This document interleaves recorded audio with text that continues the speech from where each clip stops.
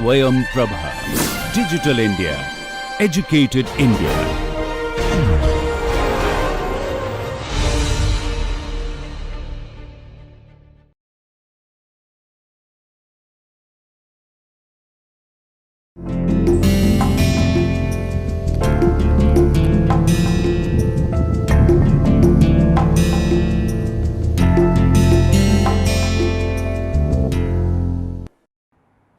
Hello everyone, welcome back to this series of lecture on elements of solar energy conversion. Today we are here at lecture number 23.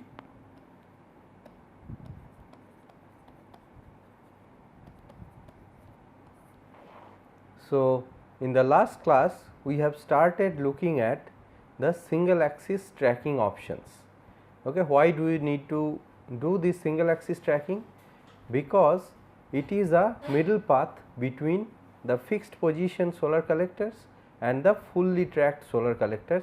Fully tracked means it has to be 2-axis tracking system. Okay, then you can actually track the sun and perform the concentration through properly refracting or reflecting solar rays to a focal point. So, in the single axis tracking system, what we do? We use a compromise between these two extremes, 2-axis tracking and no tracking, and that is how we increase the amount of radiation that we can get, and also we reduce the amount of complication, the maneuverability issues and all that is related to the full tracking system. Okay. So, we are looking at the single axis tracking systems, and we mentioned that there are major 4 modes of single axis tracking that are used. There are infinitely different possible configurations that you can use in principle. That it is important to note that you choose the orientation and the position of the axis and how frequently you rotate it.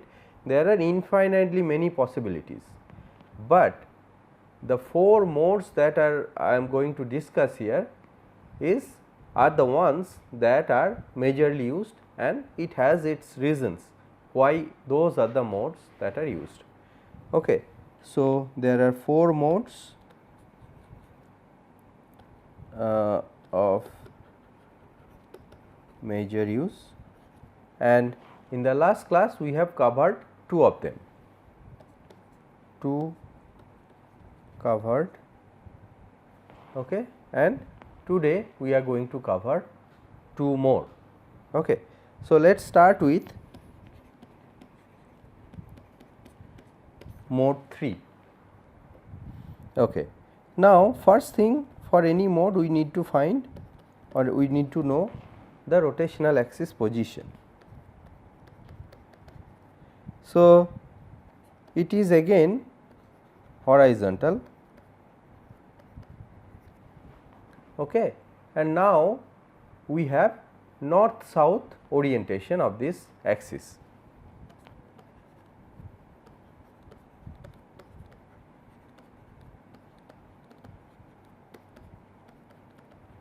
So, for mode 1 and mode 2 we have seen the orientation was east west. So, just let me remind you, for mode 1 and mode 2 the orientation is east west, but this time for mode 3 what we are going to use is north south orientation. Okay. But for all this mode 1, 2 and 3 the axis is horizontal, okay. That similarity is still there, but we have north south orientation, okay. And what we are doing? We are doing continuous adjustment to make the angle of incidence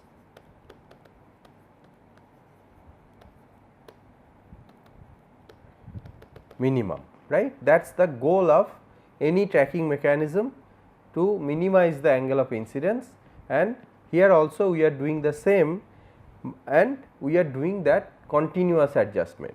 So, in this sense this continuous adjustment is similar to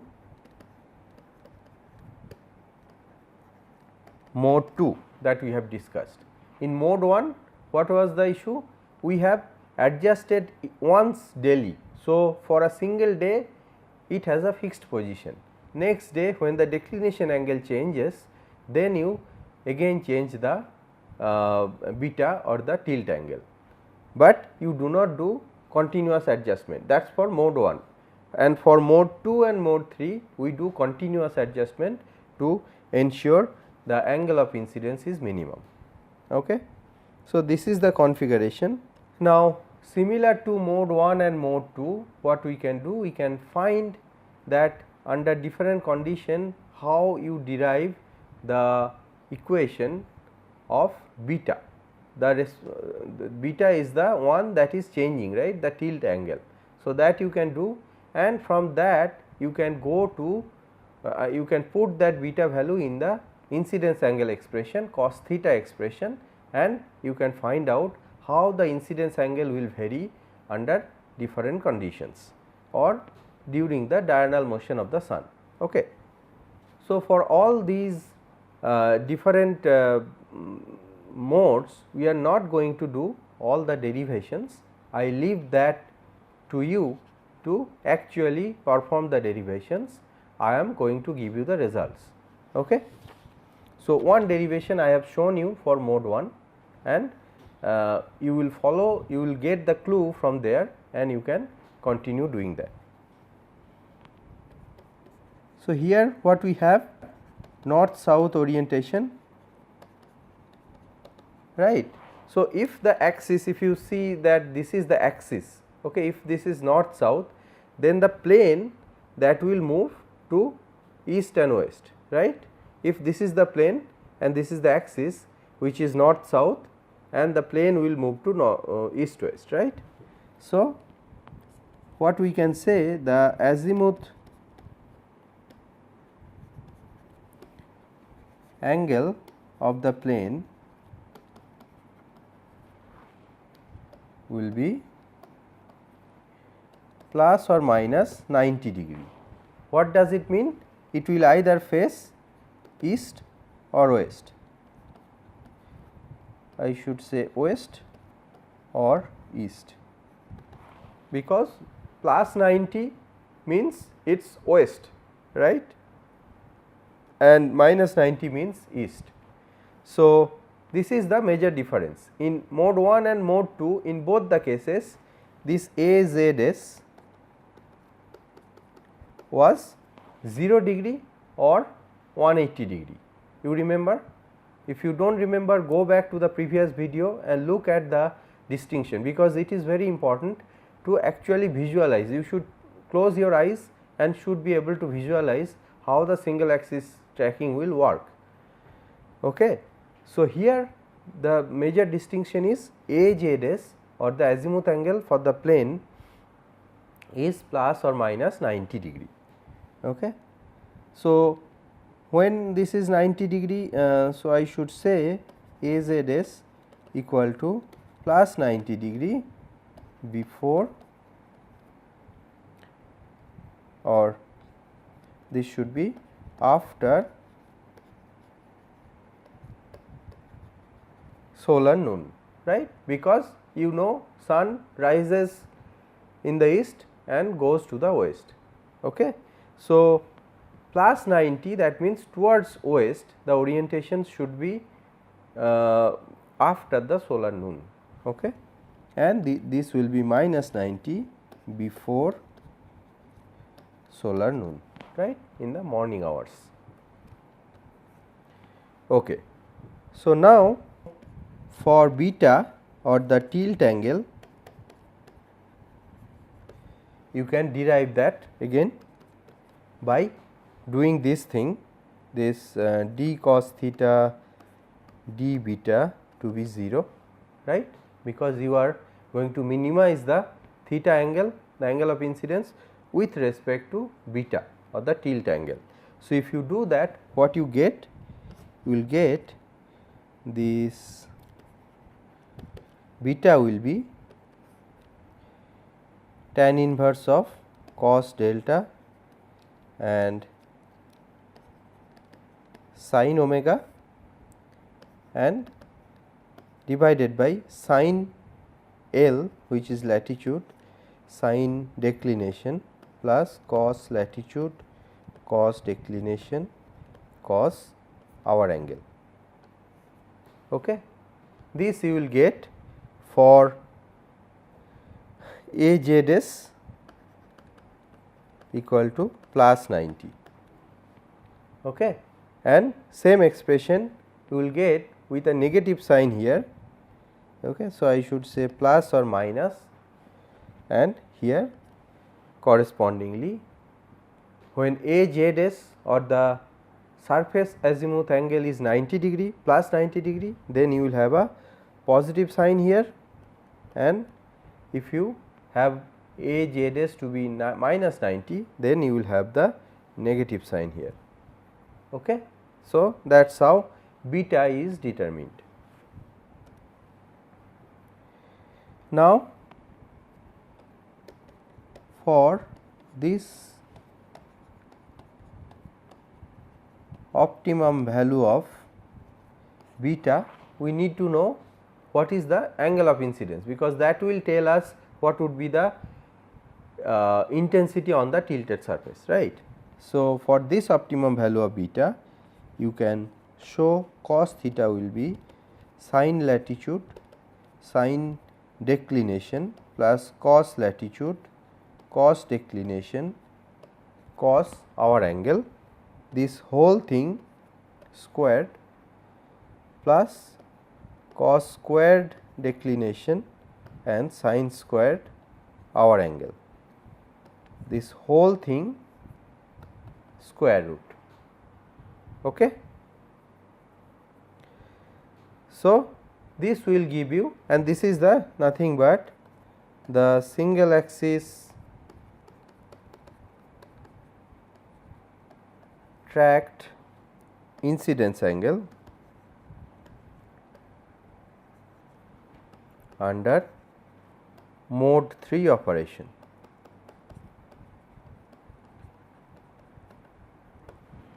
Okay. Now, here you see that it also depends on L. Okay. So, in earlier case you did not see the dependence on L, it was dependence on the declination and the hour angle, right. But in this case you have dependence on latitude or the location of the solar collector. Okay. Okay. So, that is mode 3 for you. Now, mode 4 is little more interesting.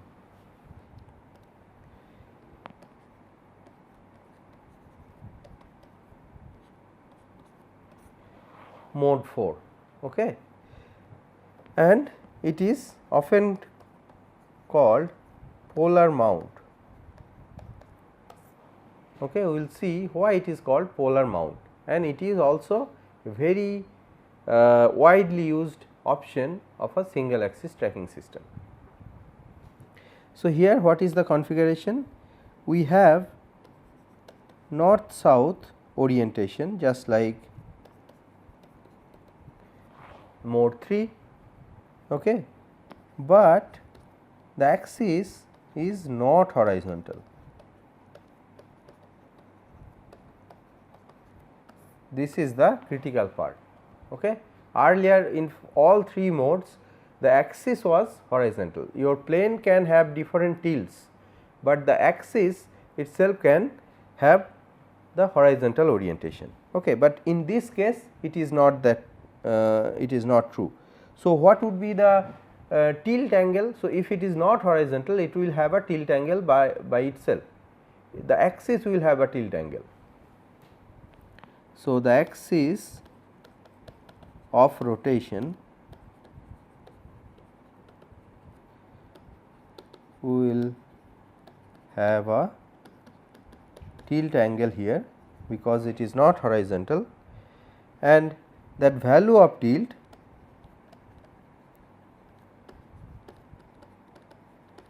will be latitude of the location. It is very interesting. Okay, you see that the tilt is location specific, it is the latitude of that particular location. Okay. So, why we are doing all these kind of tricks? Okay. So, the idea is under such condition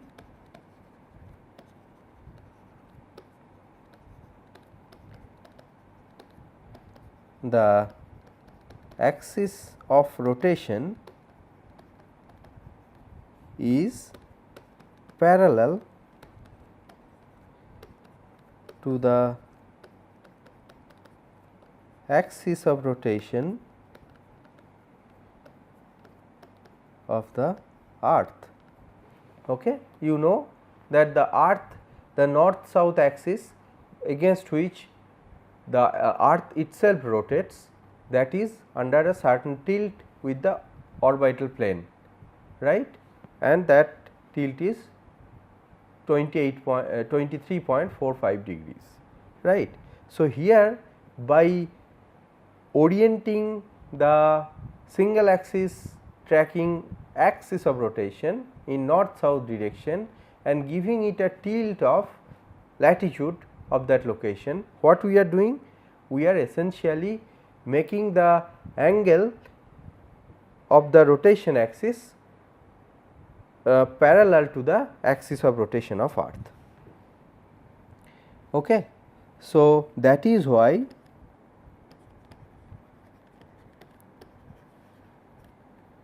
this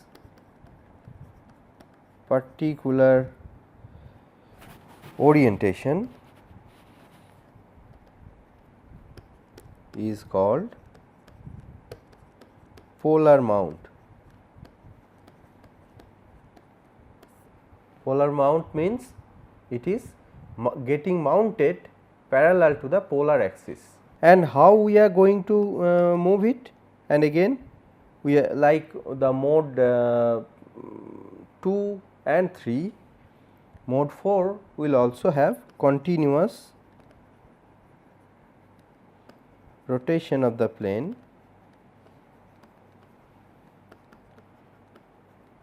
Okay, just like mode 2 and mode 3. Okay. And what would be the how we are going to do it? That continuous rotation will be at an angular velocity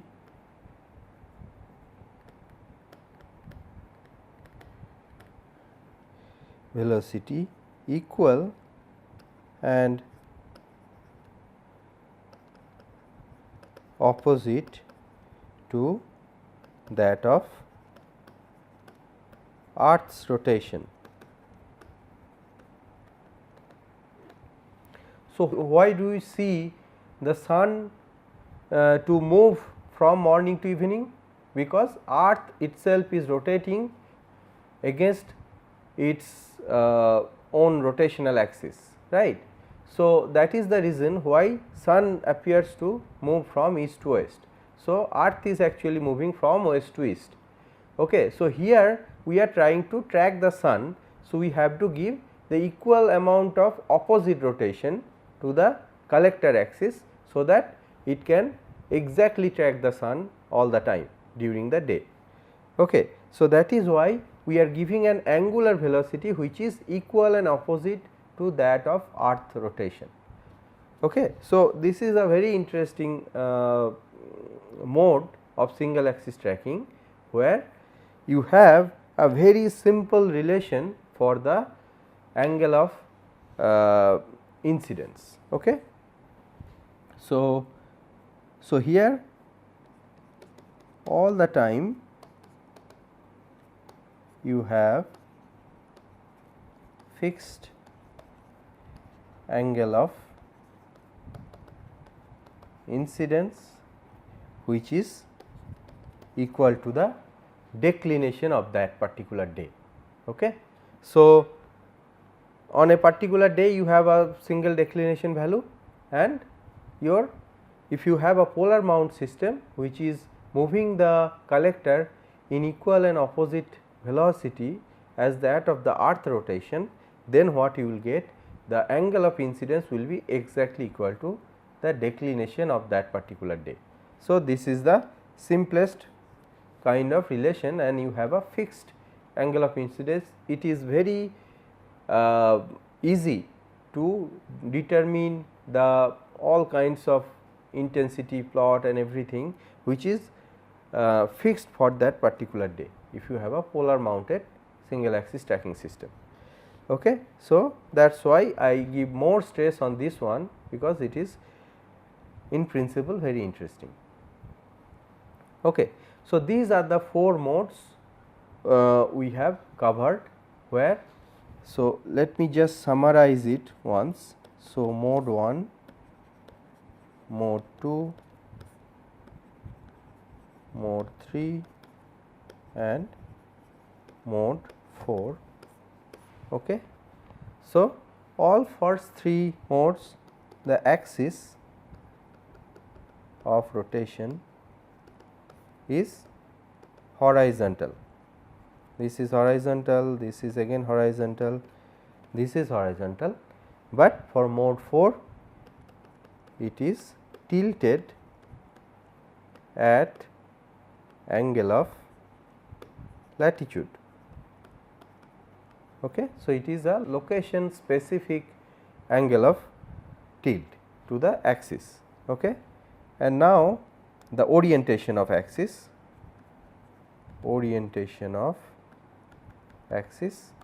in this case it is east to west. For second mode also it is east to west, and for the third and fourth mode we have north south orientation of the rotation axis. Okay. And what else do we have? Okay, the movement frequency, right. So, for first mode it is just adjusted daily, adjusted once a day. So, for a single axis you have only one value for the tilt. Okay.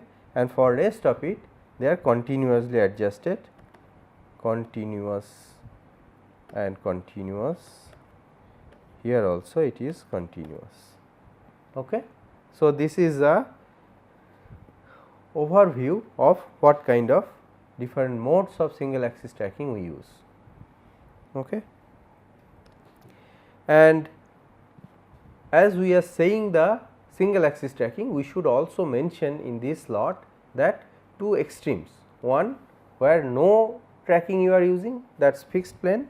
So, 2 limits of the tracking spectrum, you can say. One is no tracking, that is the fixed plane, right. And again when you are fixed, you have seen that most often, more often than not, the solar panels that you see here and there on the different rooftops, or the solar water heaters that you see on your rooftop, everything mostly they are fixed plane ones, until and unless you have some industrial setting of solar collector. Small scale domestic settings, they are all a fixed plane solar collector. Okay. And there also it is important to note how to choose that particular fixing angle. Okay. And there what we choose is the latitude. Okay. That also can be shown, which I am not, so that requires a long derivation that you can show. To choose the optimal fixed angle for a solar collector, maybe a solar panel, what angle you should choose? You should orient that to the south direction. So, this is for the northern hemisphere. So, basically you orient that to the equator and keep the tilt same as the latitude. Okay. Latitude is the optimal tilt angle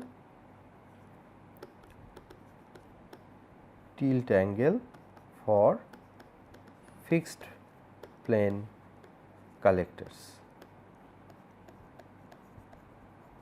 Okay. And so, I am here at Kanpur, for me it will be 26.5 degrees with the horizontal angle. Okay. Wherever you are, you have to choose the fixed angle to be equal to the latitude, and the orientation has to be equal to towards the equator. What does it mean? So, for any location in the northern hemisphere, your fixed angle collector should look at the south direction, okay, and you have to fix it. Latitude will be the optimum tilt angle, okay. And in the southern hemisphere, any location it should always look towards the north direction, and again the latitude of that particular place should be the angle of tilt. And the other extreme of the tracking spectrum is full tracking, okay, no tracking and full tracking. So, whenever you are doing full tracking, as we discussed earlier also, that we have to have a 2-axis tracking system. A single axis cannot give you full tracking,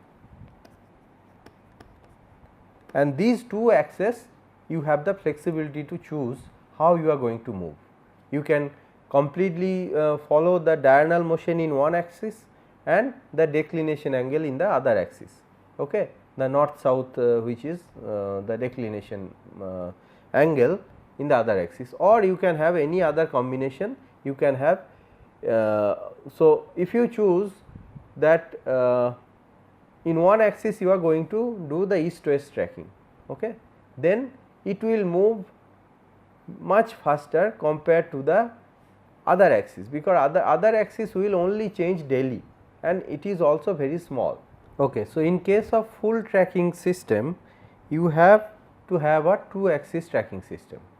So, that means that those 2 axes you can choose any way you want. One option is you can choose one axis to track the diurnal motion of the sun, okay. That means it will go from east to west, and if you have 8 hours of sunshine that you are going to track, all those 8 hours it will move in one direction from east to west, okay. And for the other direction, the other axis will rotate in the north south orientation. That means it will track the collector in the by following the declination changes, okay. So, that is one option, or any other option of 2-axis motion you can choose. The how much you have to move, at what rate you have to move, these things will change and become more complicated if you deviate these 2 axes from east to west and north south, but it is possible in principle. And in all cases, what is the goal? You have this incidence angle is always 0 degree. That means, if it is a perfect tracking system, incidence angle will be 0 degree. If it is little imperfection is there, it should be as close to 0 as possible, okay. That is the goal. Yeah. So, I should write here as well that these 2 axes can be chosen as per convenience, okay. There is no restriction how you need to choose them. Now, that ends the single axis tracking system, and we discussed that if we want just the simple solar radiation that is available, to use it for the collection, then we need to use either single axis tracking or a fixed plane collector. Okay.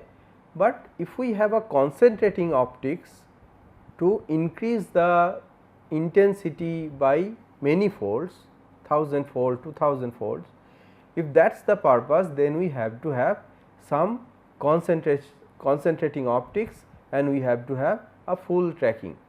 Okay. So, this we discussed. So, today now what we are going to do, we are going to start this concentration optics and concentrating collectors.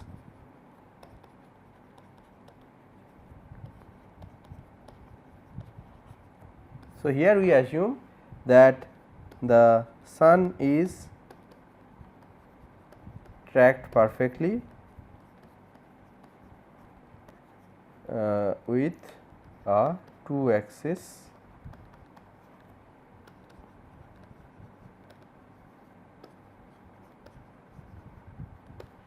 tracking system. Okay. And we need higher intensity, that is why we are doing this concentration, okay, and that leads to higher efficiency as well. Okay. Higher concentration means larger amount of solar radiation is coming onto a smaller area. Okay. So, that leads to higher efficiency, but here we need to note that higher intensity also means higher temperature of the collector.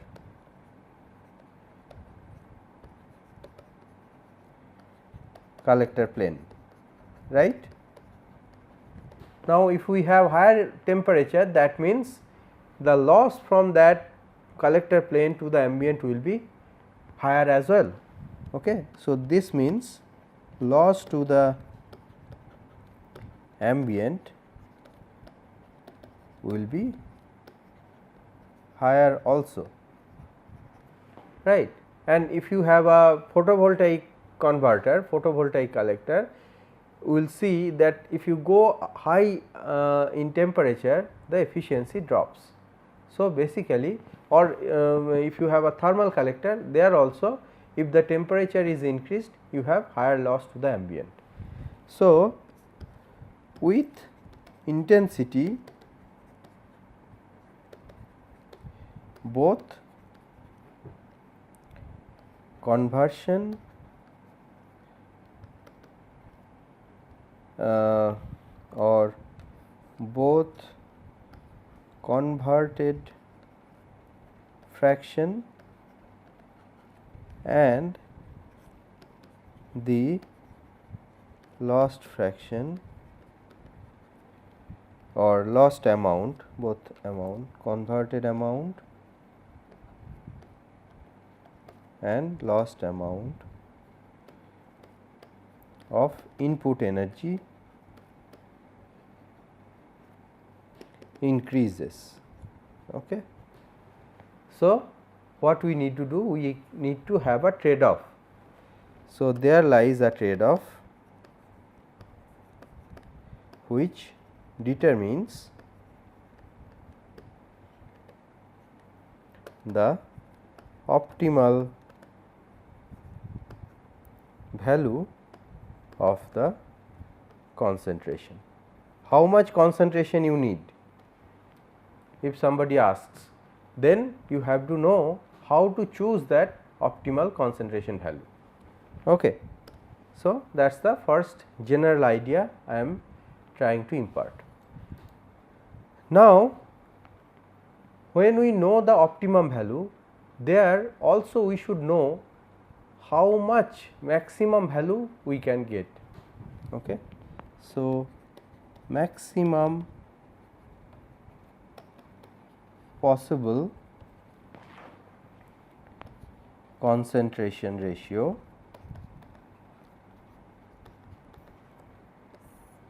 it is important to know for any particular system what would be the maximum possible value that we can try or we can achieve. So, that is called the theoretical limit, or we also call it thermodynamic limit.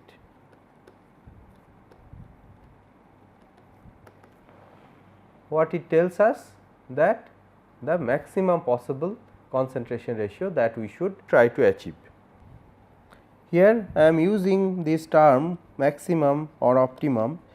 So, I should first define it. What is a concentration ratio? Concentration ratio is nothing but the aperture area divided by the receiver area. Okay, this is the aperture area, which means the area which is allowing the sun rays to come into the system, that is the aperture, and the receiver area is the area, the effective area which is actually doing the conversion process. Okay, it may be a photovoltaic chip or it may be a black plated or black painted plate which is absorbing the solar heat. Okay. So, the ratio of aperture area and the receiver area is our concentration ratio. So, if you have a large aperture and a small receiver, and then your concentration ratio is higher. Okay. So, now we are going to do this upper limit analysis.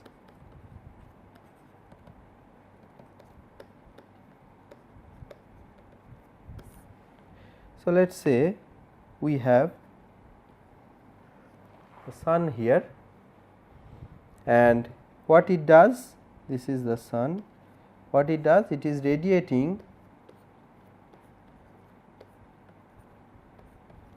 equally in all directions. It does not know where earth is, it does not know where anything else is, it is simply radiating equally in all directions, right.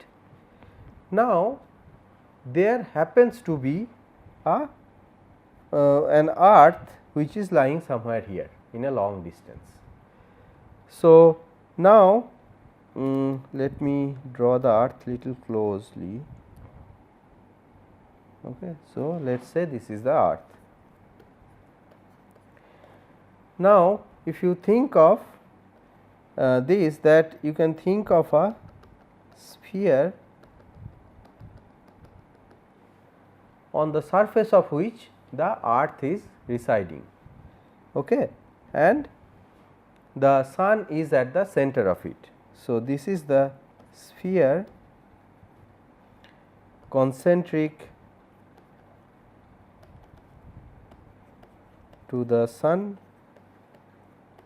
and on the surface of it we have our earth. Okay.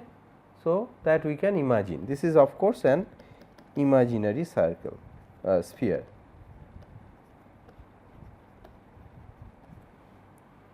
Okay.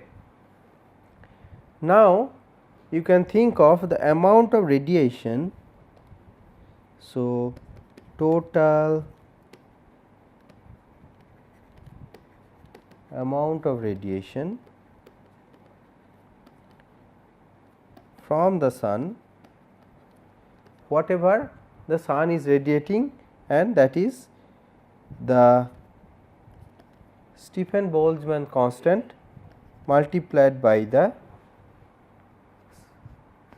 effective surface temperature of the sun to the power 4, right, and this is happening for the whole of sun, okay, and that is 4 pi r square, and r is the radius of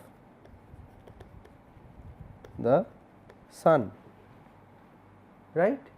So, this is per unit area it is radiating, and this is the total amount of area of the surface of the sun.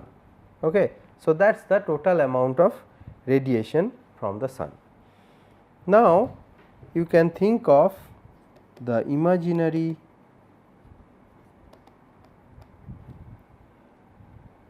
sphere. What is the area? The surface area is equal to 4 pi capital R square, where this capital R is the mean distance between the sun and the earth, right. That is the total amount of area. So, basically, per unit area of this imaginary sphere, okay, unit surface area of this imaginary sphere, the amount of solar energy available, solar radiation available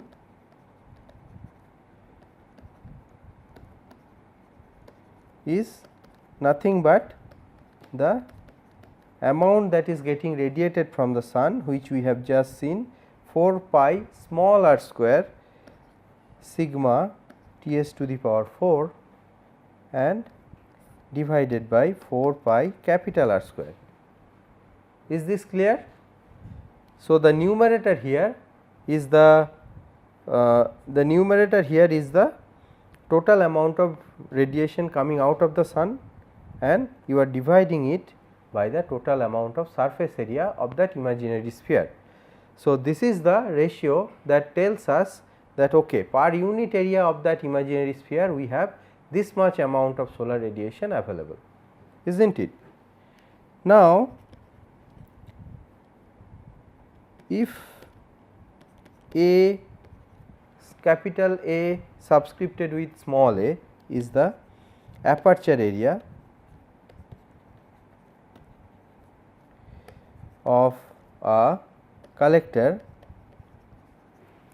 then how much of this solar radiation, available solar radiation, will be intercepted by this aperture area?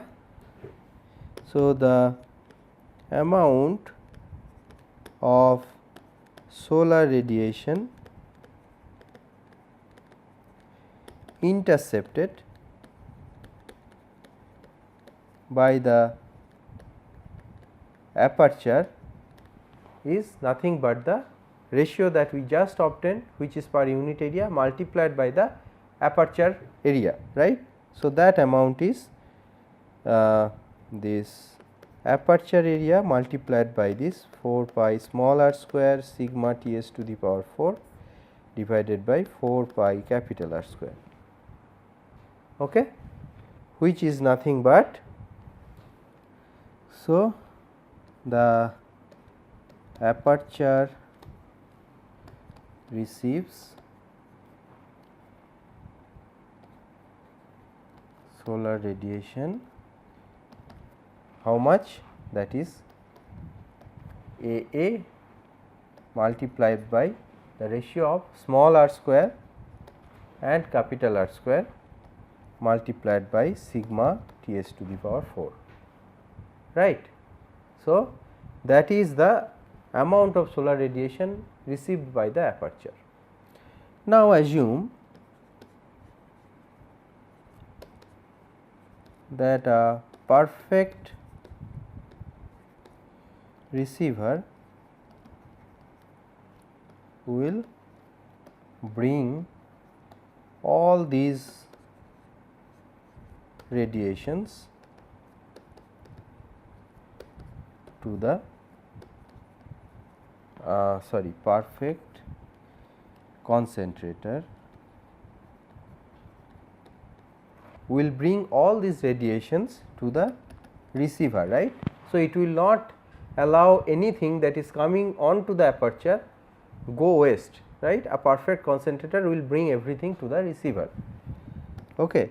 So, in that case we can write the heat that is coming from sun to the receiver okay, S to R, that is this total amount of radiation that aperture receives, right. Okay, this is radiation coming from the sun to the receiver. So, perfect concentrator will not allow anything to go waste. Okay, clear? Now, you come to the receiver and think of a situation where the sun and the receiver are exchanging radiation. Okay? That is what is happening from sun to radiation receiver. What is the radiation that we have quantified? Now, if receiver radiates, okay, what would be the quantity?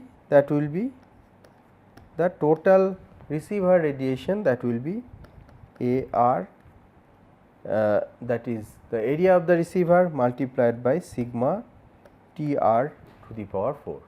TR is the temperature of the receiver, absolute temperature. Okay. Now, how much of this QR will reach the sun? That is a legitimate question to ask, right. The sun radiates and a fraction of that is getting radiated to the receiver. Now, the receiver also is radiating and a fraction of it will reach the sun. Okay. So, let us say this QR to S, that means from receiver to the sun we have, this is the total that is coming out of the receiver, and we have a fraction ERS, okay, that we do not know what fraction is that, but let us say that is an exchange factor.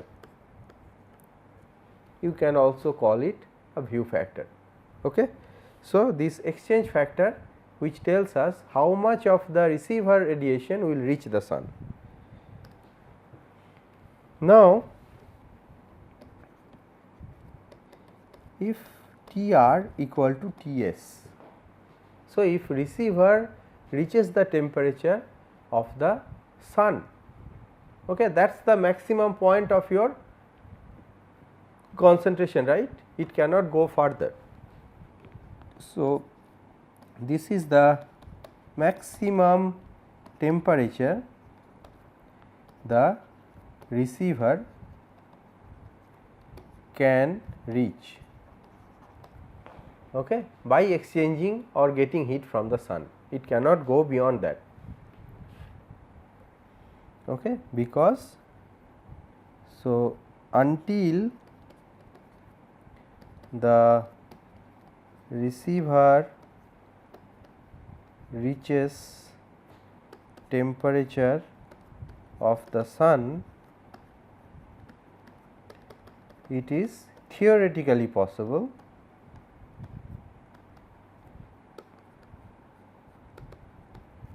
to increase the concentration ratio.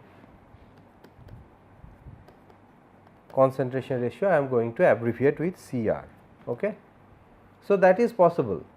I mean, practically whether you will be able to do it or not is a secondary matter. We are now trying to see what is the theoretical limit of it.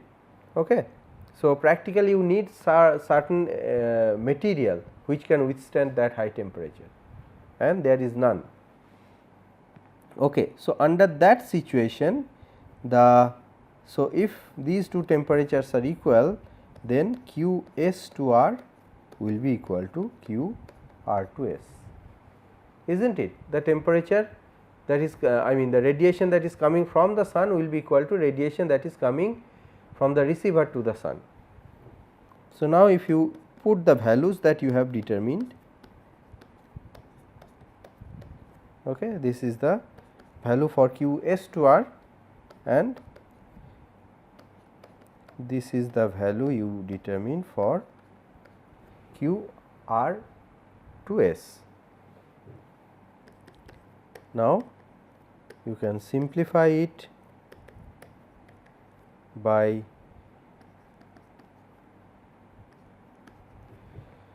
removing the common terms. Here the assumption is T s equal to T r.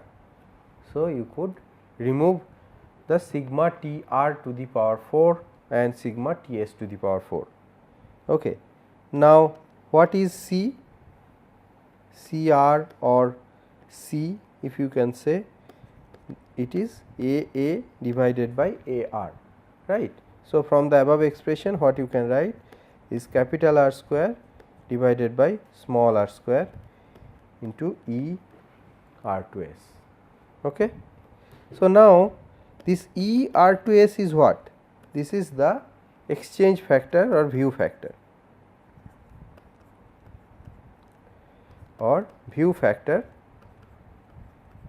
between the receiver and the sun, and by definition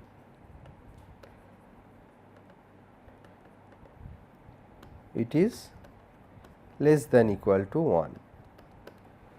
It cannot be more than 1, right.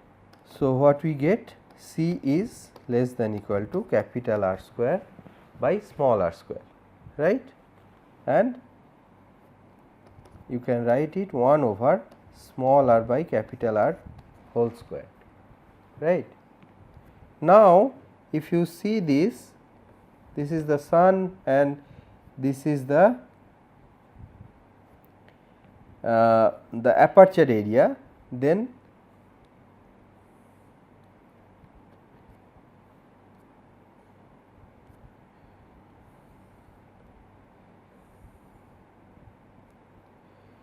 okay. So, this is our small r, that means the radius of the sun, and this is our capital R, okay, and this angle is 90 degree.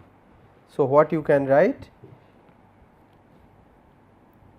this angle which we call theta s or the solar half angle,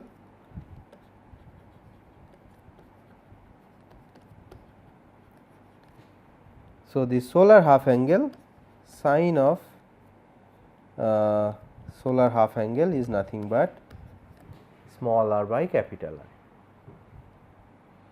Okay. So, what we can write, C will be less than equal to 1 over small r by capital R whole square, that means 1 over sine square theta s. Okay.